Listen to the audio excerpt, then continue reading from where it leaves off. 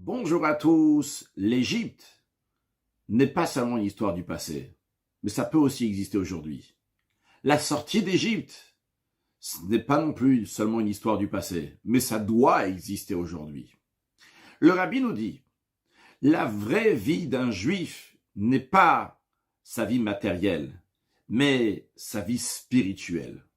Alors basé sur cela, lorsque nous voyons dans la paracha de Shemot que la Torah nous raconte que les Égyptiens Vayemar Eru et Chayem, ils ont rendu amère la vie du peuple juif, en plus du sens simple évidemment, ils ont rendu physiquement le peuple juif amer. Mais quand on dit Chayem, leur vie, une vie spirituelle, cela veut dire que les Égyptiens ont rendu amère la vie spirituelle du peuple juif. Comment ils ont fait cela? Comme le verset dit, avec un travail difficile, bechomer ou bilveinim, avec du ciment, des briques, etc.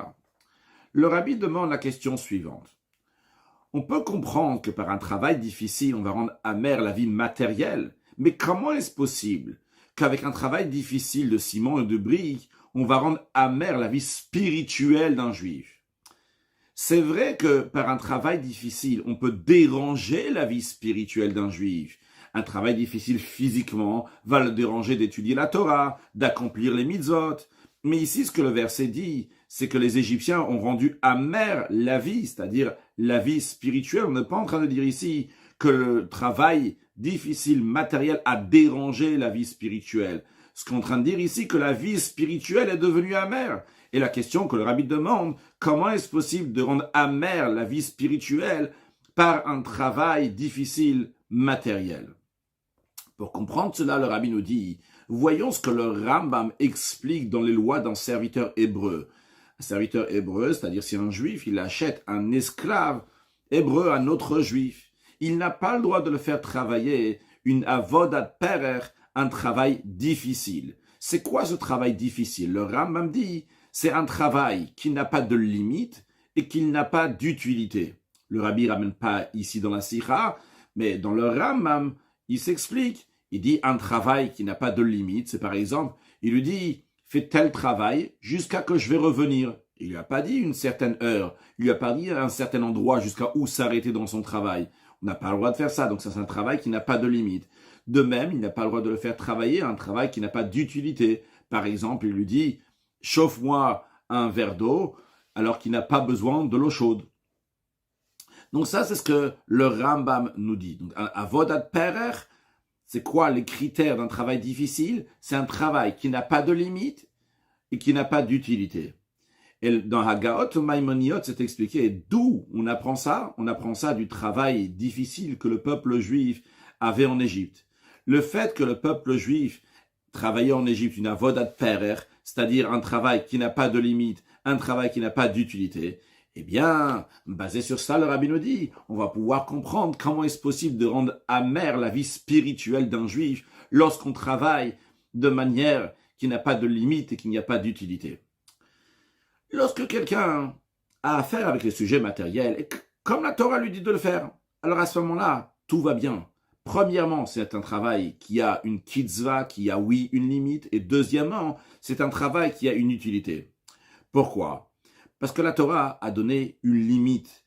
Combien la personne peut s'investir dans son commerce? C'est-à-dire, le rabbi va nous expliquer, premièrement, en qualité, il y a une limite ici, combien tu dois investir, et aussi en quantité. En ce qui concerne la qualité, le rabbi nous dit, la personne doit avoir affaire avec son commerce, mais uniquement ce qui est nécessaire de faire un réceptacle pour la bénédiction de Dieu. C'est la bénédiction de Dieu qui amène la parnassa, la subsistance. Pour cela, il faut faire un réceptacle. Donc la personne doit faire un réceptacle et uniquement ce qui est nécessaire pour la bénédiction de Dieu. Donc il y a déjà une limite. Combien de force la personne doit mettre dans son commerce? En effet, le roi David dit dans les psaumes, Yegia kaper hakitochel, la fatigue de tes mains tu vas manger. C'est-à-dire que uniquement les mains, les forces extérieures qui sont basses, eux sont investis dans le commerce, non pas la tête, non pas les forces donc, qui sont hautes dans la personne. Donc c'est déjà une sorte de kitzva de limite, combien tu vas investir. En plus de ça, il y a aussi une limite dans le temps. Combien de temps la personne va s'investir pour gagner sa vie? Parce que la Torah dit, c'est un devoir même pour un commerçant de fixer des moments pour étudier la Torah, des moments pour prier en communauté, etc. Donc ça, quand on fait le commerce basé sur la Torah, yesh kitzva, il y a une limite, aussi bien en qualité et en quantité. De plus, c'est aussi un travail qui a une to'elet, qui a une utilité. Vu qu'il fait les choses basées sur la Torah, il a fait le réceptacle pour recevoir la bénédiction de Dieu, donc la bénédiction de Dieu va venir au Berach et Hashem Elokecha, Dieu va te bénir dans ce que tu as, c'est dans ce que tu vas faire. Ça, c'est lorsque quelqu'un base son commerce sur ce que la Torah, elle dit de faire.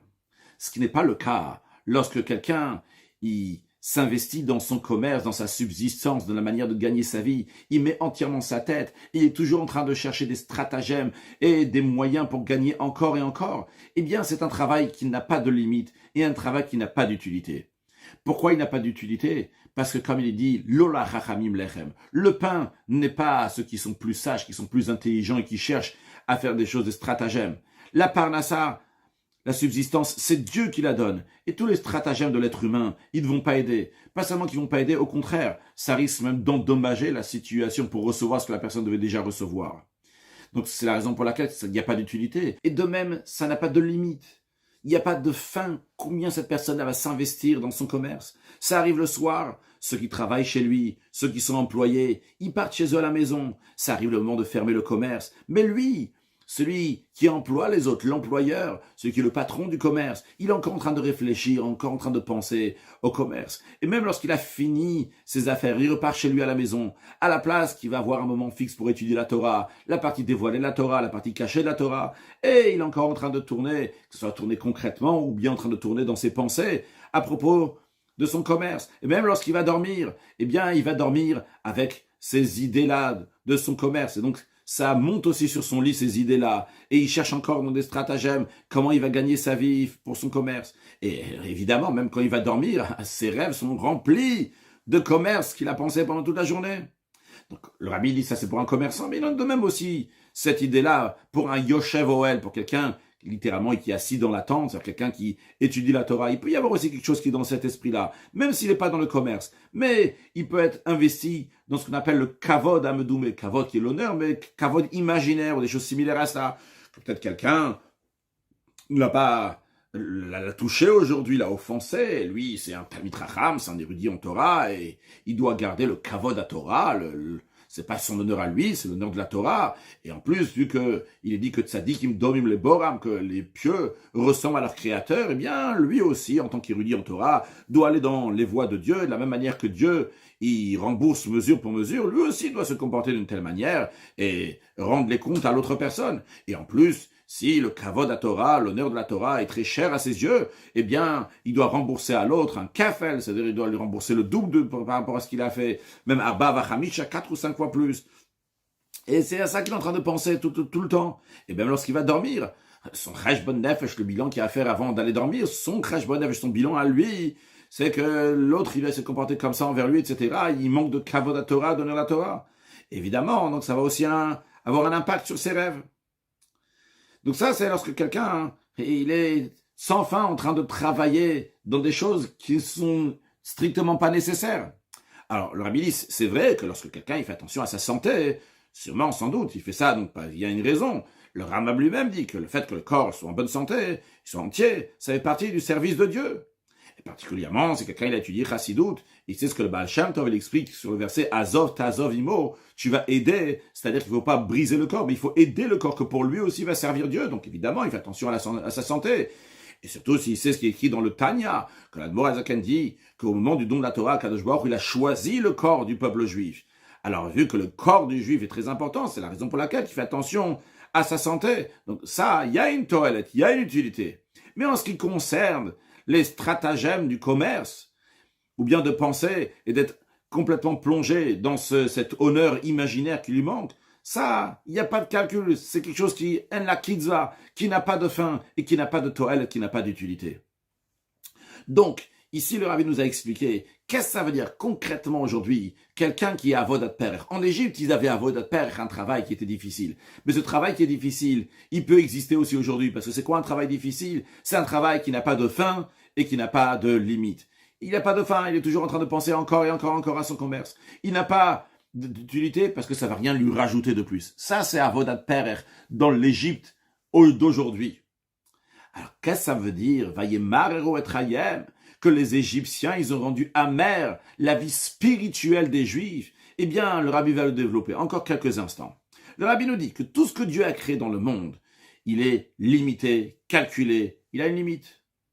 D'où peut venir quelque chose qui n'a pas de limite, en la kitzva, qui n'a pas de calcul, qui n'a pas d'intérêt, en la toelet? D'où ça peut venir uniquement? De nefesh elokit, de l'âme divine. Pourquoi?